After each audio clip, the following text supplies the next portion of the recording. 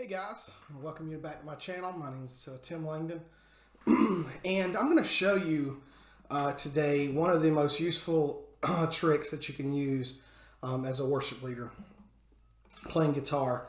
This is a capo. If you're not familiar with what a capo is, all it is just an instrument it just moves where the strings end here at the nut and just moves it up to another fret.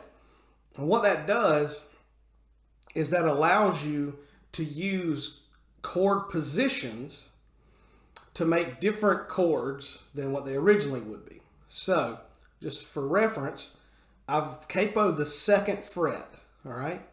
So if I come here and I use a G position chord, all right,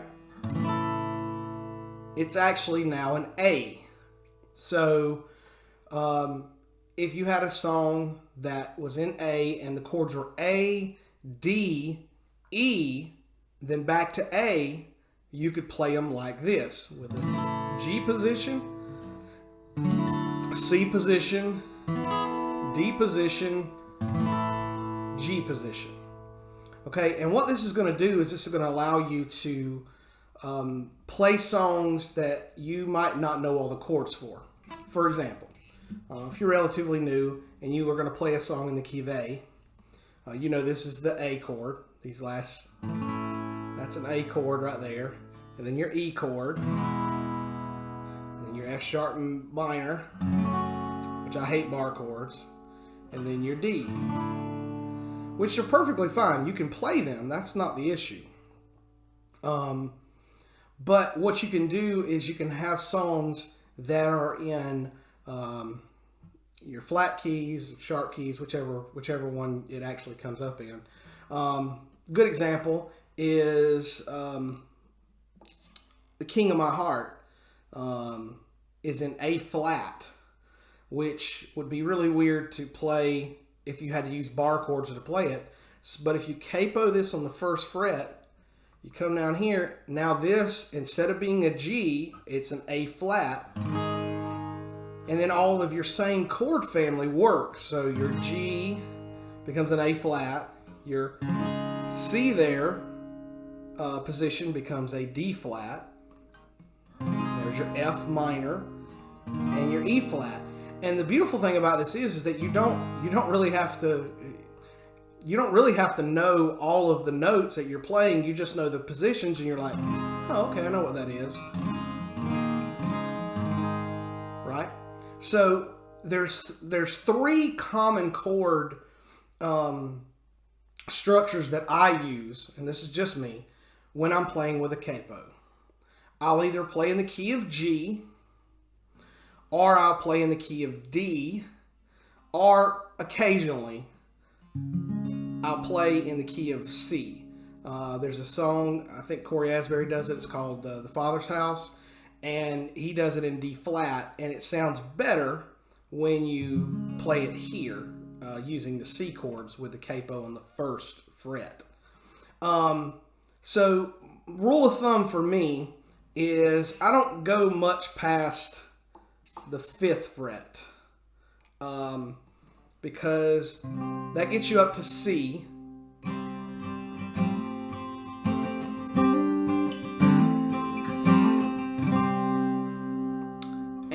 I think there's maybe one song that I'll go up to the 6th fret to get that C sharp D flat up here, but not many times. And what you'll do is you'll see a chord sheet, and it'll have a bunch of chords, it'll have the split chords, and you're like, man, that looks very difficult. But then you use a capo, and you use the chord positions you already know, like if you know G, and you know D, and you know C, and the chords that go along with those root notes or root chords, you can actually figure out how to play most songs. Now, of course, this is just a lot of basic praise and worship songs. Not anything super complex. Those things you'll have to learn. But a good example, if I wanted to play a song in the key of F. Now I could go down here to the first fret and play E major positions if I wanted to, but I don't want to do that because I don't like the way it sounds. So I'm going to go down here to the 3rd fret, okay?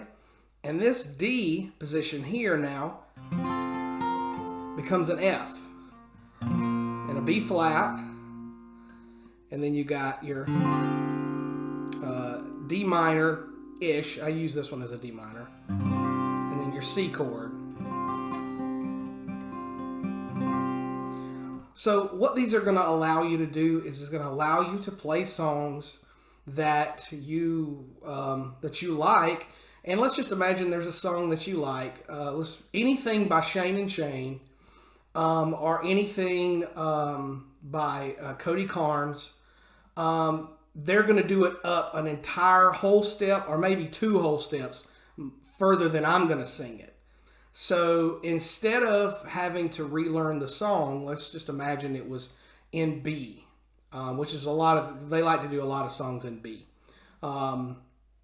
Good example, Torrin Wells likes to do the song Never Lost, and he'll do it in the key of B. Now, if I was going to do it in the key of B, I'd go up here to the 4th fret, and then I would play up here in G positions. But it's too high for me. I can't do that. I mean, I can, but it's not really good for congregational worship. So what I do is since I know the chords, I can just take the capo off and play it in G. Miracles when you move, such an easy thing for you to do. Your hand is holding me now. So when he sings it, he'll be way up in B, and so I need to move that. So that'll allow you not only to play different types of songs in different keys, it'll also allow you to rekey songs and change things. If you're in a capo, if you're capoed up and you're trying to sing the song and maybe there's too high, parts of it too high, roll it back a half a step, roll it back another whole step. Utilize your guitar, utilize the things that you have to enhance your worship experience, because I found the more that I am focused on the chord structure, if it's a difficult one, then that leaves me less able to focus on what I'm doing, leading worship, leading people. And when, a lot of times I could play a G, E minor, C, D with my eyes closed because I've been doing it for so many years. So I can put that capo on, and I can minister in any of these keys just by using this capo, and then I don't have to think about it so much as far as what I'm doing with my hands. So I can lead, I can read scripture, I can just lead worship and not have to worry about, am I going to hit the right key? Am I going to hit the right note? So that's really what this capo is going to save you from. So what you want to remember is your G position, your C position, and your D position, and all the chords associated with that. And I'll make a video later kind of discussing, I don't know if exactly it's the Nashville number system that I use, but the thing that I've used to make me understand what chords go where and how it all works together. I'll make a video about that as well, because honestly, I just want to help worship leaders who just don't have a lot of resources, because I know the feeling. I don't have a lot of resources. So I kind of have to do the things that I have to do with what I have.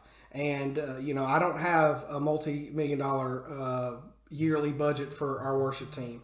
I think our worship team budget is like 27 cents or something like that. So it's like, sorry guys, it's like I'm just trying to make the best music I can with the minimal resources that I have. So anyway, I hope you're blessed by this. I hope you can understand what I'm saying, and if you can, of course, you can leave a comment, and I'll see if I can answer it for you. But anyway, y'all have a good day. Thanks, man.